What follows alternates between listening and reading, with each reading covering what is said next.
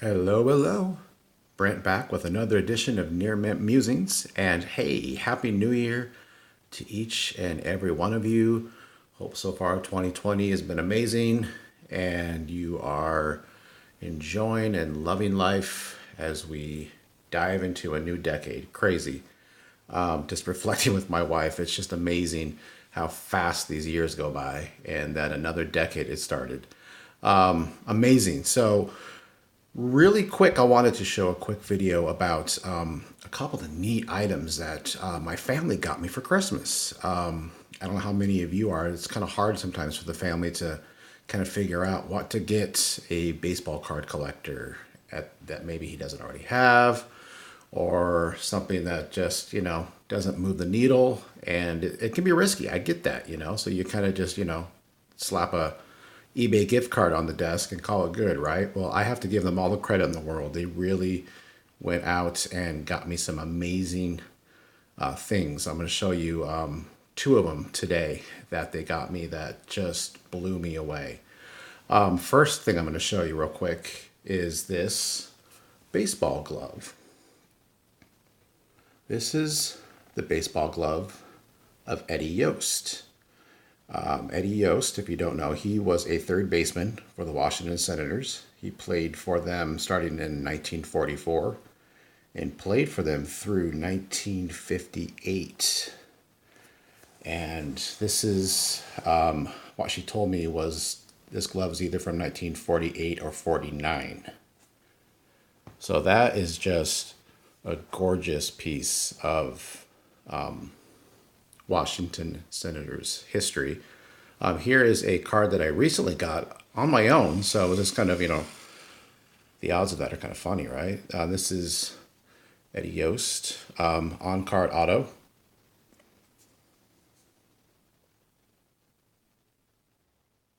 From the first year of Topps. So I thought that was really cool. So I got that little picture to go with the glove. It's going to look really nice in the Washington Senators memorabilia display. Eddie Yost was a very, very good leadoff hitter and a very good defensive third baseman. He actually, between August 30th of 49 through May of 55, he played in 829 consecutive games, which is still the ninth longest consecutive game streak in history. And he is also known for getting on base, not necessarily because of his hits, but just because he walked a ton. And I don't know if I have the number in front of me, but he's one of the still all-time leaders in base on balls on walks, even more than some famous names like Pete Rose, Henry Aaron, those kind of guys that you would think get a lot of walks just because they're on base so much.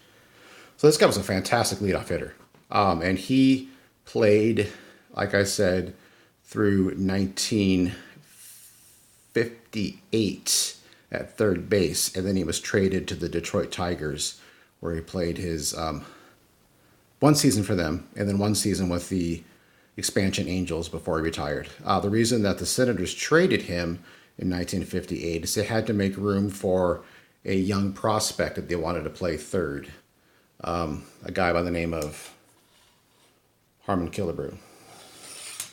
So, yeah, had to make room for this guy. He turned out all right. But this isn't about Harmon. So anyways, this Eddie Yost autograph card and this glove is just fantastic. So the second thing I want to show you is just blew me away. We're going to go back to 1924 for the Washington Senators. Huge year for them because they were World Series champions. And their first championship, and the first for a long time. 1924, they had players like Walter Johnson, of course, and a young player by the name of Ozzie Bluegee that I've profiled a couple times on my past videos. So my family, knowing that I am a Twins and Senators collector, found this on eBay, I believe. I'm not sure where they found it. This is a 1924 scorecard of the Washington Senators versus the Detroit Tigers. And what I love about this is not only that it's from 1924, their championship year. I just love all the notes and the way that it was filled in. And I was going to read some of these real quick. At the top, if I can read cursive as well as I think I can, it says Shirley running for Judge.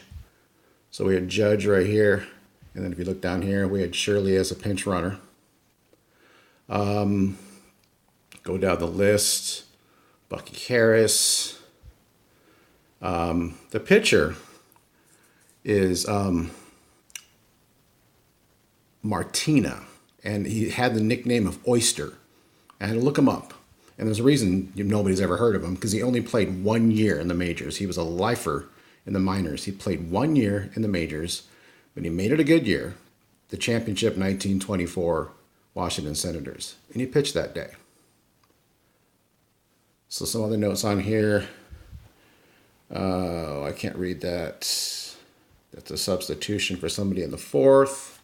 Here's Blue G, right here, Blue G, 200. We flip on the back side. This gives you the date. So the date on here, May 10th, 1924. And I looked it up just to confirm, and it was accurate. This was the game that was played on May 10th, 1924. But just look at some of these cool ads, right?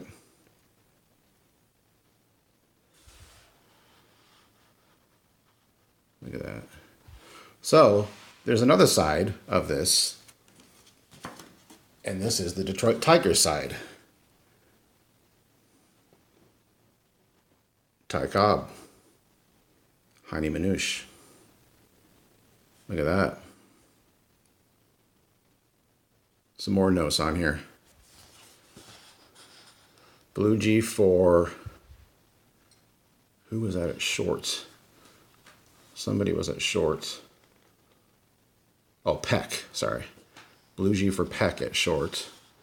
Wingo for Strauss in ninth.